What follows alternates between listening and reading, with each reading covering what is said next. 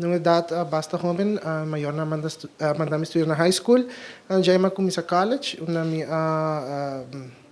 sinti kumi gusta business. So, madirhim mes ng international business. Mi business partner kuta vet. Estudiar na Colombia, pero também trabalhar na Miami, da mesma cidade onde eu estudia. Eu nós decidi 2 anos passar de unir nos conhecimento não e assim nós para abrir clínica veterinária na Aruba. Nós chega a Aruba e tá um tiki diferente cultura. Será assim nos studies nos SWOT analysis na Aruba.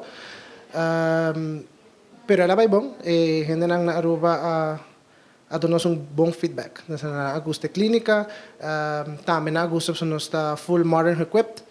Com machine que pode nos diagnóstico em tempo real, dus que é digital, de viaja, dus que é nada contente. A clínica tem ano about de operação agora que nós abre per se lunes que de outubro, nós faz ano abrir. Nós abre maneira que turcos que tem que nada e já nós está claro para expand acaba em 2015 januário. Me te quer tur passa que botou uma vida bota assim a feija, nós queremos botar assim a turcos novo outro dia e essa aqui tá diz mais de hobby outro projeto na committee em mente.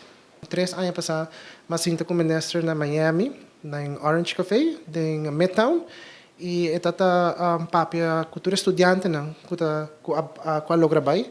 De caso imitame tata inanang e tá basic tá enfocar para nos bring back Aruba e seja bem traha of bing haben nos business pero toch bing wak possibilidade de bing kinang so hobi din estudiante ng ofia henda nang kuto biban ng exterior no estudiante so ta pensa ko bota kid nang it's better so kinang noting nada sa ita hobi biha bota tin estudiante bisa na pero pag kumita bing Aruba si Aruba noting nada you have to try it and you will see it you can make it muito contento com minister por wak tame ku nos rubiano ng tame ta traha nos tame ta make it nos tame ta entrepreneurs nang kuta willing patraha.